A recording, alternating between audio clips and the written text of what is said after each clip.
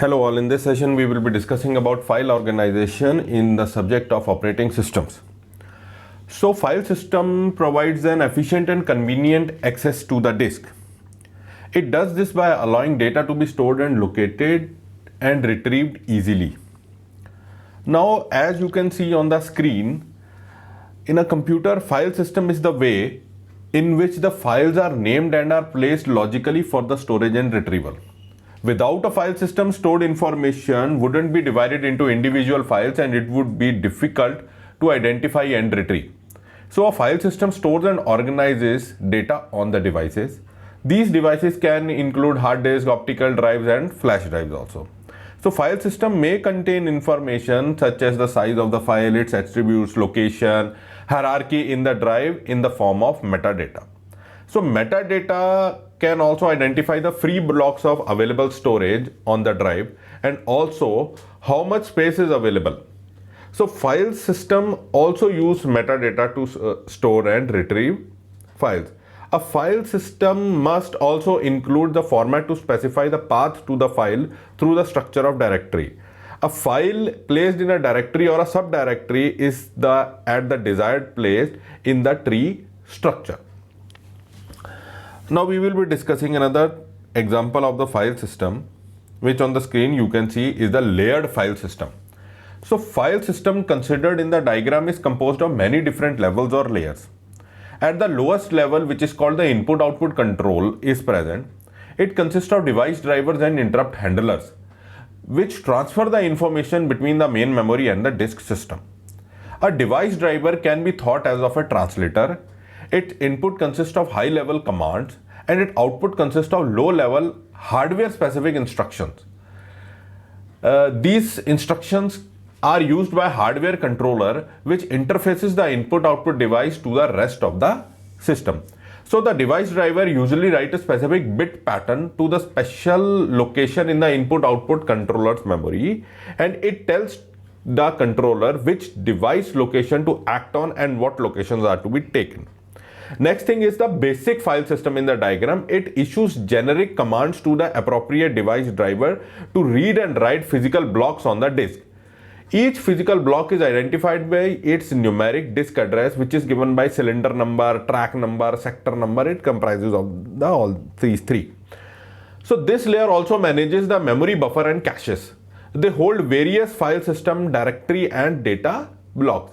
Next module comes is the file organization module, which knows about the files, which knows about their logical blocks and also the physical blocks. So by knowing the type of file allocation used and the location of the file, the file organization module can translate logical block address to the physical block address by the basic file system, for the basic file system to transfer.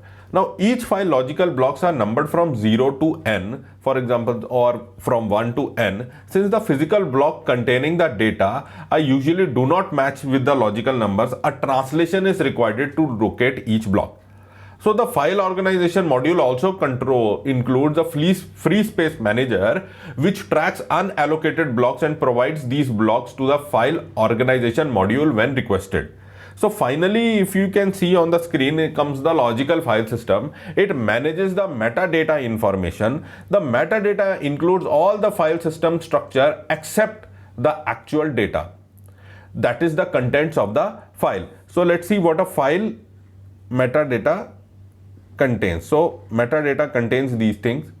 So it basically maintains file structure via file control blocks. The file control blocks contain information about the files, which includes ownership, permissions and the location of the file contents also. So logical file system is also responsible for protection and security. On the screen you can see what the metadata tags include. Next topic is organization of file, which is also called as file organization. So file organization is divided into total 4 categories: the sequential, direct, indexed, sequential and partition. So file organization is a manner in which the records of a files are arranged on a secondary storage. Several file organization schemes has been implemented, which are shown on the screen. The sequential technique says that records are placed in a physical order. The next record is the record that physically follows the previous record. and this organization example is lies in the storage of data in magnetic tape. Next technique is the direct technique. The records are directly, or you can say randomly, accessed by their physical address on the direct storage devices, which is also called as DASD. The third example or the third type is the index sequential. Records are arranged in a logical sequence based on a key value contained in each record. The system maintains an index containing the physical address of the certain principal record. These records may be accessed sequentially by the key order, or they may be accessed directly. And the last one is the partition scheme. In this technique, file is created having information of sequential subfiles. Each sequential subfile is called as member, and the starting address of each member is stored in the file's directory. So the topics which we have discussed today include what a file system is, what the metadata tags include, what a layered file system is, what the input-output control, basic file system, file organization module, logical file system is, and in the end we discussed about the file organization, which is divided into 4 techniques: the sequential, direct, index, sequential, and partition. So this finishes our session for today. Thank you very much for being a part of this session.